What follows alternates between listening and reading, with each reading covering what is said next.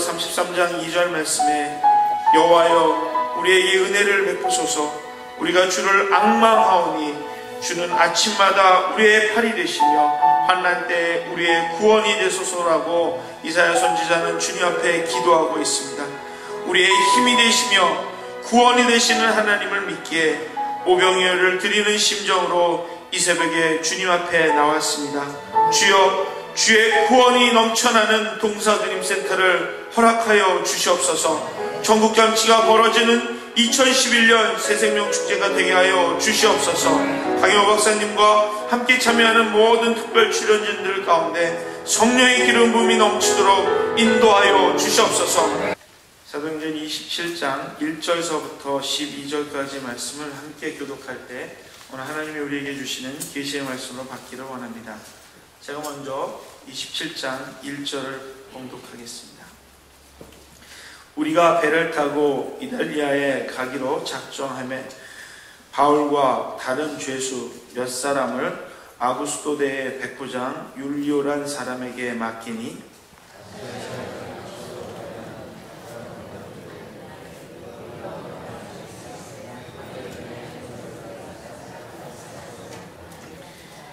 이튿날 시돈에 되니 율리오가 바울을 친절히 대하여 친구들에게 가서 대접받기를 허락하더니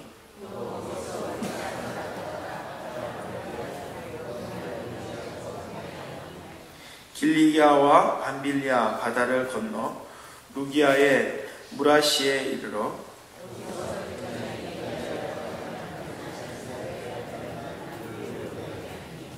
배가 더디가 여러 날 만에 간신히 니도 맞은편에 이르러 풍세가 더 허락하지 아니하므로 살모네 앞을 지나 그레데 해안을 바람막이로 항해하여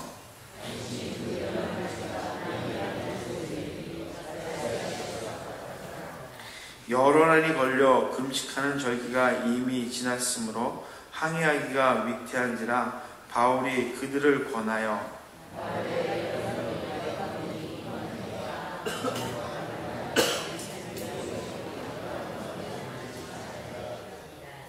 백부장이 선장과 선주의 말을 바울의 말보다 더 믿더라. 함께 읽겠습니다.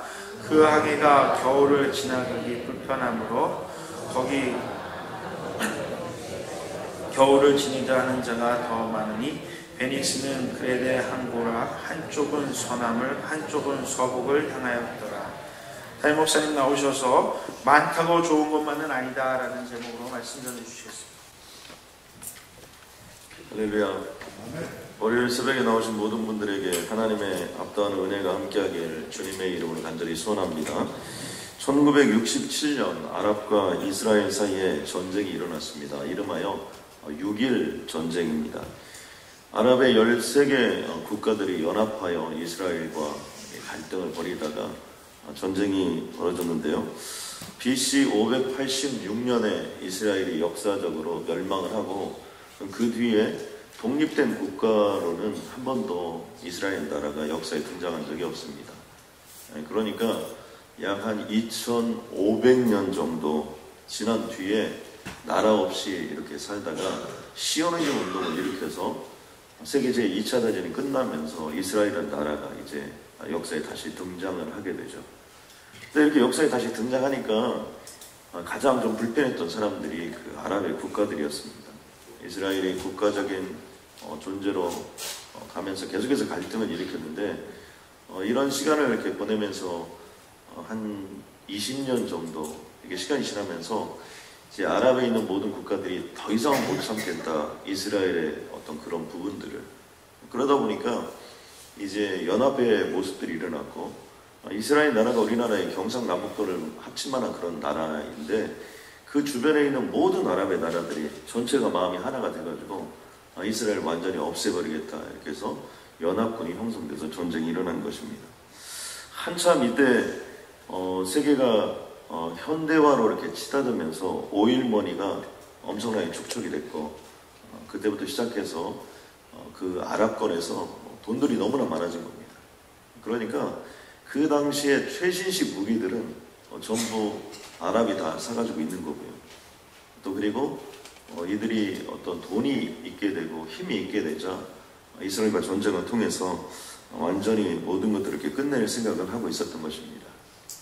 그런데 그때 당시에 세계의 많은 사람들은 당연히 연합군이 이길 거라고 생각했습니다.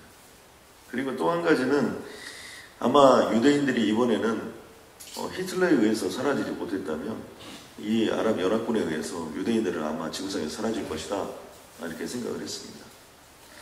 그 당시 이스라엘의 그 장군의 이름이 그 에꾸눈이어서 유명한데요. 모세 다얀이라는 장군이 있었습니다. 근데 이 장군이 이제 전쟁을 앞두고 성명을 발표를 했는데 요약하면 세 가지입니다. 하나는 하나님이 2500년 만에 국가를 세우게 하셨는데 우리는 이 국가를 지키고 또 그리고 싸워야 될 의무가 있다. 그렇기 때문에 우리는 이 국가를 지키고 싸우기 위하여 이번 전쟁에 임할 것이다. 두 번째는 이번 전쟁은 아주 빠른 시일 내에 속전속결로 끝날 것이다, 이렇게 얘기를 했어요. 연합군들도 당연히 그렇게 생각했습니다. 그런데 이유가 뭐냐면 세 번째를 발표했는데 이 전쟁에 우리는 세계 최고와 최신의 무기를 가지고 싸우기 때문에 우리가 반드시 이길 것이다. 이 성명이 발표되고 난 다음에 전 세계가 소란스러웠습니다. 그래서 미국의 FBI, 또 그러면 소련의 KGB, 또 그리고 아랍의 연합군들, 모든 사람들이 도대체 이 이스라엘이 가지고 있는 최신식 무기가 뭐냐, 아무튼 그런 것 때문에 막 그다음 있다 없다 이렇게 하다가 결국에는 전쟁이 일어났습니다. 근데 전쟁이 일어났는데 전쟁이 일어나자마자 딱 6일 만에 전쟁이 끝난 겁니다. 그래서 전쟁 이름이 6일 전쟁이에요. 근데 이 6일 전쟁의 결과가 어떻게 됐느냐? 이스라엘이 이겼다는 겁니다. 우리가 그 얘기는 다 할 수 없고요. 아무튼 전쟁이 끝난 다음에 전 세계가 주목했습니다. 도대체 이스라엘에 뭐가 있었느냐? 그래가지고 많은 얘기들 중에 포켓으로 된 핵무기를 개발했다. 그 당시만 해도 핵무기가 유행할 때가 아니니까요. 또 그리고 최첨단 여러 가지 얘기를 했는데 결국에는 어떻게 이겼는지 이렇게 알고 보니까요. 전 군인들에게 무엇을 나눴냐면 왼쪽 호주머니에 들어갈 수 있는 포켓용 성경을 나눠줬다는 거예요. 참 아이러니였죠. 그런데 그 포켓용 성경을 통해서 우리는 하나님이 함께 하시기 때문에 절대로 질 수 없다. 그리고 골란고원을 정복하고 그것을 통해서 그 전쟁은 승리를 이끌었고 그 아랍의 연합군들이 그렇게 많고 또 그리고 그렇게 많은 돈과 파와 이런 것들을 가지고 싸웠는데도 불구하고 결국 이스라엘이 정신적인 승리 또 영적인 승리를 통해서 6일 전쟁을 완전히 승리하게 되었다는 겁니다. 저는 이 내용들을 이렇게 보면서 우리가 역사가 증명하고 있는 것 중에 하나는 뭐냐면 이 이스라엘의 전쟁만이 아닙니다. 우리나라에 안시성 전투 그러면 양만춘이라는 사람이 있는데 여러분 나당 연합군들을 물리치는 혁혁한 공을 세우는 많은 모습들이 숫자가 많다고 또 그리고 돈이 많다고 또는 가진 무기가 최신식이라고 해서 꼭 이기는 것만은 아니라는 겁니다. 자문의 말씀, 전도서의 말씀이니까 전도서 9장 18절에 지혜가 무기보다 나으니라. 그러니까 우리가 무기가 더 아무리 가지고 있어도요, 참된 지혜가 있는 사람들이 오히려 훨씬 더 파워풀하고 능력 있는 삶을 살아갈 수 있다는 겁니다. 오늘의 말씀 속에 보면 이러한 내용에 버금가는 중요한 영적인 교훈이 들어져 있는 대목인데요. 이제 사도 바울이 그동안에 예루살렘에 있었던 모든 것들을 다 내려놓고 이제 로마를 향해서 떠나가게 됩니다. 원래 사도 바울은 유대인이기 때문에 예루살렘에서 재판을 받는 것이 마땅한데 지난 3년여 동안에 걸쳐서 재판을 통해서 하려고 했으나 그 재판의 결론을 내리지 못했어요. 그리고 예루살렘에 그냥 두고 가고 싶어도 그냥 로마의 시민권을 가졌던 사도 바울을 그곳에 두면 반드시 죽게 돼 있는 거예요. 그러니까 이럴 수도 없고 저럴 수도 없는 많은 총독들과 아그리파 왕과 여러 가지 그 과정들을 거쳐서 드디어 이제 로마로 가게 됩니다. 이제 가는 대목이 그렇게 편안한 상태는 아닙니다. 말씀해 보니까 바울과 다른 죄수 몇 사람을 아구스도 데이 백부장 율리오라는 사람에게 맡겨서 죄인으로 호송되어져 가는 모습이 오늘 사도 바울의 모습인 것을 알 수 있습니다.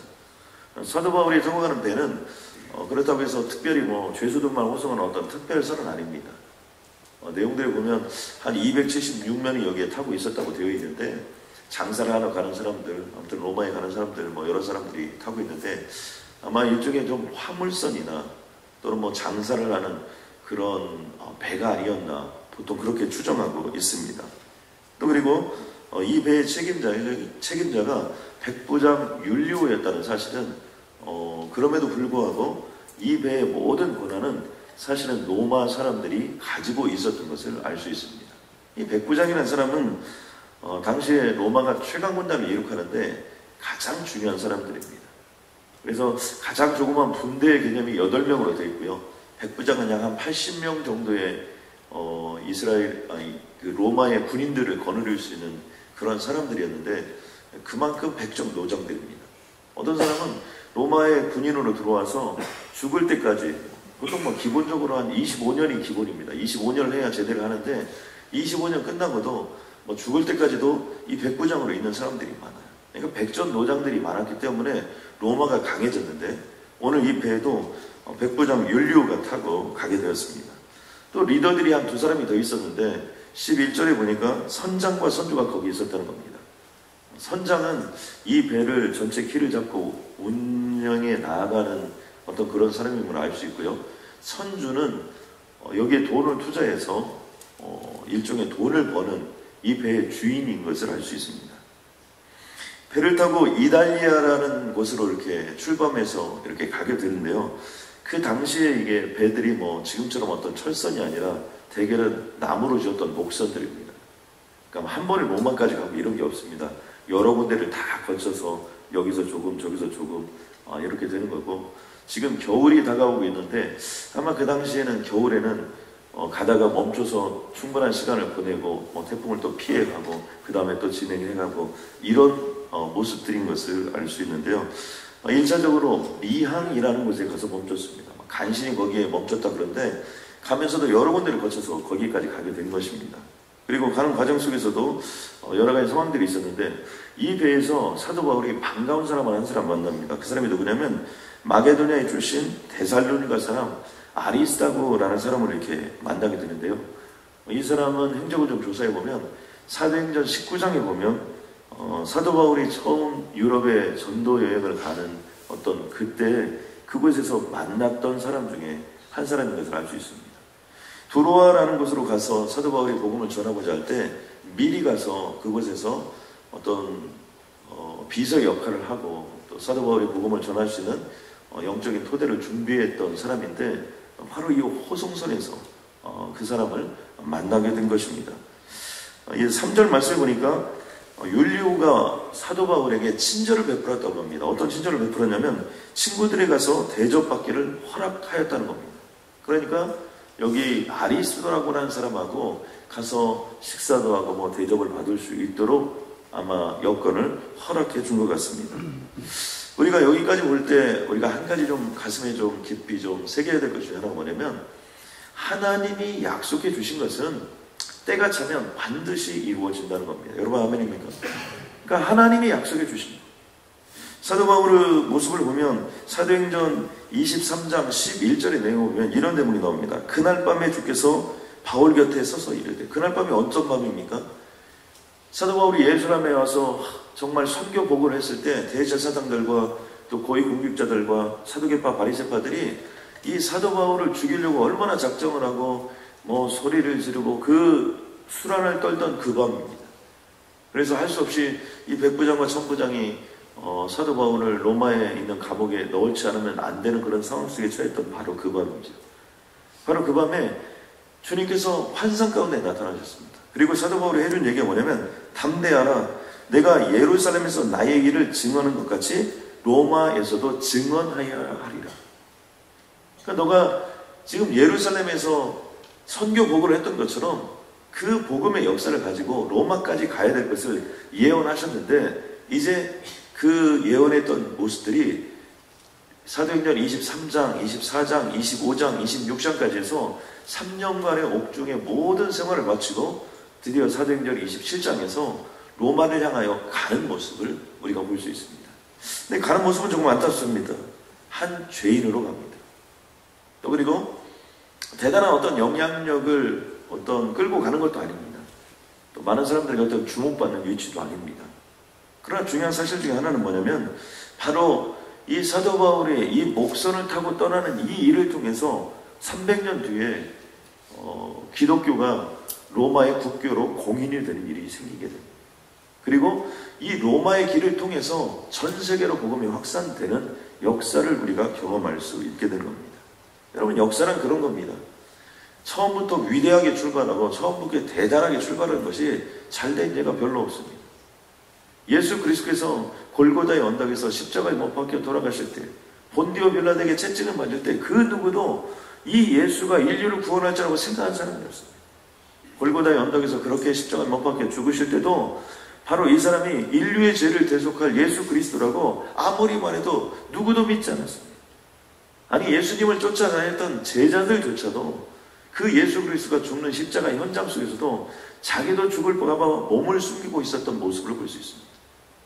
그러나 바로 그 예수 그리스도의 죽음이 3일 만에 부활하심으로 말미암아 대속의 역사를 이루시고 능력과 권능으로 나아갔던 모습을 볼 수 있습니다. 우리들의 삶도 마찬가지입니다. 오늘 우리들이 일단 보기에 괜찮은 것 같고 뭐 화려한 것 같고 뭔가 있는 것 같고 이런 곳에서 기적이 일어날 것 같지만 그렇지 않은 경우들이 너무나 많습니다. 하나님의 나라의 역사의 특징 중에 하나는 겨자씨와 같고 누룩과 같은 거예요. 아무것도 아닌 것 같고 보이지도 않는 것 같은데 그것이 자라서 역사를 이루고 능력을 이루고 권능을 이루게 된다는 거예요. 또 그리고 누룩이라는 건 보이지도 않는 것 같지만 바로 그 누룩이 모든 걸 부풀게 하고 모든 역사의 판을 갈아 엎어버리는 거, 바로 그게 하나님 나라의 역사의 중요한 테마입니다. 저는 특별히 오늘 이것에 참석하신 모든 분들이 그런 역사의 주역들이 되시길 주님의 이름을 간절히 소원합니다. 나는 나이가 들어서 무슨 소망이 있을까 하시는 분들은 모세의 마지막 40년의 하이라이트를 살아가시길 주님의 이름으로 선포합니다. 여러분, 우리 인생이 그런 인생이에요. 여러분, 동부 사랑의 교회 LA 동쪽 한 끝에 있고 신호땅, 말똥냄새, 소똥냄새라고 하는 곳에서 시작했지만 저는 반드시 이 교회를 통해서 세계의 역사를 한번 뒤집을 만한 부흥과 놀라운 축복의 역사들이 이 교회로부터 시작되어서 땅 끝까지 이르게 되기를 주님의 이름으로 선포합니다. 제 소망이 그렇다는 게 아니고요. 여러분, 말씀의 역사가 그렇다는 걸 우리들에게 보여주는 겁니다. 사도 바울이 그렇게 초라하게 갑니다. 아무것도 없고. 또 한 가지 알 수 있는 것 중에 하나는 뭐냐면 바다의 특징입니다. 바다의 특징은 뭡니까? 변덕스럽다는 것입니다. 미양에 온 것도 간신히 왔다 이렇게 되어 있습니다. 이제 그곳으로부터 출발해서 이제 가야 되는데 사도 바울이 이런 제안을 합니다. 열흘 걸려 금식하는 절기가 이미 지났으므로 항해하기가 위태롭다는 얘기를 합니다. 그러니까 지금 출발을 해야 되는데 사도 바울이 지금 가면 좀 어려울 것이다 그러면서 이렇게 얘기합니다. 여러분이요, 내가 보니 이번 항해에 화물과 배만 위태할 뿐만 아니라, 여기서 화물은 어떤 실었던 모든 물건들을 가리키겠죠. 우리가 싣고 있는 모든 화물들이나 배만 위험한 게 아니라 우리의 생명도 위험할 수 있다. 그러니 여기서 겨울을 나고 가는 것이 어떻겠느냐고 제안을 합니다. 그런데 대답은 심플하게 왔습니다. 백부장이 선장과 선주의 말을 바울의 말보다 더 믿었다는 겁니다. 그런 얘기를 했을 때 여러 가지 얘기가 있었겠죠. 그런데 선장이 자신의 경험과 노하우를 가지고 얘기했을 것이고, 선주가 이 누구 얘기를 들어야 되는 이런 부분에 대한 얘기를 했을 것이고요. 또 그 안에 276명이 있는데 많은 사람들의 얘기가 있었을 것입니다. 아마 선장과 선주의 얘기만 있고 백부장 율리오의 얘기만 있는 걸 봐서 아마 이 주장을 했던 사람은 사도 바울 한 사람이었던 것 같습니다. 결론은 어떻게 났냐면 베닉스라는 곳이 미양에서 그렇게 멀지 않은 곳인데 베닉스에 가서 겨울을 나자는 겁니다. 여러분, 항구의 특징이 무엇입니까? 항구의 특징은요, 유흥산업 이런 것들이 많이 발달되어 있는 것을 알 수 있습니다. 그러니까 베닉스라는 곳은 미양이 겨울나기에 부족하다 그런 의미는 단순히 위락시설이 부족하고 잠자리가 없고 이런 의미보다는 어떤 쾌락시설들이 이렇게 하는 부분이 상당히 부족한 거 아니냐, 그런 의미를 거기에 두고 있습니다. 그러니까 베닉스라는 것은 그런 좀 자신들이 편안하게 있을 뿐만 아니라 좀 거기서 즐길 수 있는 이런 장소라는 의미를 거기에 포함하고 있죠. 그런데 결국은 어떻게 됩니까? 결국은 사도 바울이 예언한 대로 되는 거예요. 사도 바울이 경고한 대로 되는 겁니다. 광풍을 만나는 것이고 거기서 거의 뭐 죽게 되는 그런 상황 속에 임하게 되는 것이고 배가 파산하는 상황 속에 임하는 것이고 사도 바울이 거기서 절대적인 어떤 존재로 부각되는 모습을 우리는 볼 수 있는데요. 오늘 여기서 우리가 생각해 보면 서두에서 제가 말씀을 드렸듯이 어떤 경험이 많다는 것 또는 사람이 많다는 것 또 많은 사람이 지지한다는 것 이런 것들이 반드시 옳은 것만은 아니라는 겁니다. 때로는 한 사람이 얘기를 해도 그것이 진리일 수 있고요. 어떤 사람은 소수가 얘기를 한다 할때라도 그것을 통해서 그것이 하나님의 뜻이라면 그것을 통해서 역사가 일어나고 능력이 일어나게 된다는 것을 우리는 늘 가슴에 기억해야 될 줄로 믿습니다. 제가 뭐 유행이라는 것도 이렇게 보니까요.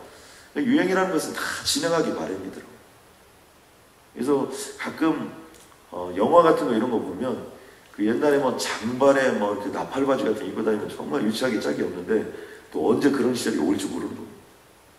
그러니까 모든 것들은 다 지나가는 거예요. 그런 것들에 너무 지나가는 것들에 영향을 많이 받거나 지나가는 것들이 현혹되면 여러분 어렵다는 거예요. 이스라엘이라는 나라는 조그만 나라입니다. 위치적으로 봐도 우리나라 경상남북 좀 합칠 만한 조그만 나라이기도 하고요. 인구도 적고 땅도 적습니다. 또 그리고 지하 자원도 별로 없어요. 그럼에도 불구하고 지금도 이스라엘이라는 나라가 역사에 많은 영향을 미치고 있는 것들을 볼 수 있어요. 이스라엘이 중동하고 전쟁을 하도 많이 해가지고 그런지 이 이스라엘 나라는요 전 세계에서 최첨단 무기를 가장 많이 갖고 있는 나라 중에 하나입니다. 우리나라의 최첨단 무기 가지고 오는 것 중에 하나가 뭐냐면 이스라엘에서 많이 사와요. 왜냐하면 지정학적으로 좁은 장소에서 대군을 대적하려고 하다 보니까 뭐하는 무기들이 이렇게 발달하게 되는 모습들을 볼 수 있습니다. 그런데요 이스라엘 나라 인구를 보면 1450만 정도의 전 세계에 그 정도 된다고 합니다. 그런데 이 중에 미국에 580만 정도의 유대인들이 있습니다. 그리고 이스라엘 본토 쪽에 약 한 500만이 있고 나머지는 전 세계에 흩어져 있습니다. 이 500만이라는 인구가 얼마나 적은 인구인가 우리가 한번 비교해 보면요. 이 캘리포니아 인구가 한 400만 정도 됩니다. 그러니까 캘리포니아 땅이 얼마나 넓습니까? 그럼에도 불구하고 이 넓은 땅에 400만밖에 안 사는데 거기는 경상남북들 합치면 조그만 땅덩어리에 500만이 사는 거예요. 그럼에도 불구하고 왜 역사에 이스라엘 민족이 이렇게 영향력을 미치는가? 아니 성경 속에 뭐 들어있는 이스라엘 it's okay. 그런데 지금도 왜 그럴 수 있는가? 여러 가지 이유가 있지만 그 중에 하나가 바로 하나님을 철저히 믿는 거예요. 지금도 그 이스라엘 민족들은요 초등학교 3학년까지 성경을 배운다고 합니다. 특별히 모세오경을 배우는데요. 다른 아무것도 안 배우고 그냥 지금도 성경을 배운다. 그러니까 초등학교 다닌 모든 모세오경을 거의 다 그냥 암송한다는 거예요. 선교사님들 중에 이스라엘에서 몇 년 동안 있었던 선교사님 계시는데 자기 아이가 학교 가서 배우는 건요 창세기 맨날 외워가지고 그거 외워서 쓰는 거 외웠었어요. 지금도 자기 아이들이 그 이스라엘에 있었을 때 하도 성경 창세기를 많이 외우고 그래가지고 모세오경은 아니지만 창세기 웬만한 것들은 다 히브리어로 다 외우고 있다. 무엇을 상징적으로 보여줍니까? 여러분 우리들이 다른 많은 것들이 있지만 결국 우리가 오랜 역사의 시간을 통해서 살아남고 때로는 뭐 이스라엘이 당한 어려움이나 환난은 말할 필요가 없죠. 그럼에도 불구하고 끝까지 갈 수 있는 건 뭐냐면 하나님의 말씀, 하나님의 지혜, 하나님의 권능, 하나님의 역사 이것을 붙잡고 나아간 자가 결국 승리하게 된다는 사실입니다. 여러분 이 땅에 기독교도요 많은 분파들이 있어요. 요즘에 또 기독교의 모습 중에 하나가 보면 뭐 이렇게 찬양이나 콘서트 쪽으로 많이 나가는 부분도 있습니다. 그런데요 가장 중요한 건 하나님의 말씀입니다. 그래서 저는 여기 있는 모든 분들이 말씀이 결론이다 이렇게 인생을 내리고 하나님의 말씀을 보고 그 말씀이 얘기한 것을 내 인생의 좌표로 삼고 그 말씀대로 살려고 하고 내 생각과 사고가 있지만 머슴처럼 주인의 말씀에 절대 복종하는 것처럼 내가 그 말씀에 절대 복종해서 그 말씀으로 결론을 내리고 우리 인생을 살아간다면 하나님께서 그런 기적 같은 역사를 허락해 주실 줄로 믿습니다. 저도 이제 이번에 이 말씀을 준비하면서 서점에 가서 한번 조그만 성경을 하나 사려고요. 저도 왼쪽 가슴에 항상 넣어가지고 다니려고 합니다. 그래서 제가 날아다니는 핵폭탄이 한번 돼보려고요, 여러분. 여러분들도 일이 좀 안 풀리시고 이런 분들 부족 가지고 다니는 그런 거 말고 하나님의 말씀을 좀 가슴에 품고 여러분 다니시길 주님의 이름으로 간절히 소원합니다. 하나님, 월요일 이 새벽부터 주님의 전에 아버지가 나올 수 있도록 우리를 인도하신 주님을 찬양합니다. 오늘 이 자리에 참석한 모든 평신들을 주님의 이름으로 축복합니다. 주여 앞과 은혜를 내려 주시옵소서. 하늘 문을 열어 주시옵소서. 그 능력과 권능으로 채워 주시옵소서. 하나님, 건강에 어려움이 있는 자가 있습니까? 나사렛 예수 그리스도의 이름으로 온전히 명하니 치유함을 받을지어다. 하나님, 물질의 어려움이 있습니까? 아버지, 이 시간 역사하여 주셔서 폭포수와 같이 임하는 압도하는 은혜로 말미암아 아버지 하나님의 물질 때문에 남은 인생 살아가는데 고민하거나 번민하지 않고 마음껏 나눠주고 퍼주는 인생이 될지어다. 하나님, 가정의 어려움이 있고 삶의 어려움이 있습니까? 이 시간 역사해 주셔서 그 모든 흉악의 결박을 풀어 주시옵소서. 그 감의 세력들을 깨 주시옵소서. 하나님, 그리하여 요셉처럼 아브라함처럼 다윗처럼 사도 바울처럼 남은 인생 가운데 주님 우리를 써 주시옵소서. 하나님, 동부 사랑에게를 불쌍히 여겨 주시옵소서. 하나님, 동부 지역을 살릴 수 있는 DNA를 이 교회에 심어주심을 감사합니다. 3,300개 미션주 종족을 섬길 수 있도록 DNA를 심어주시니 주님 감사합니다. 때가 참에 그 역사를 이루게 하여 주실 줄로 믿사오니 주님 함께하여 주시옵고, 하나님 강영호 박사님과 함께 오늘의 도전 내일의 영광을 보게 하여 주옵소서. 예수님의 이름으로 기도드렸습니다.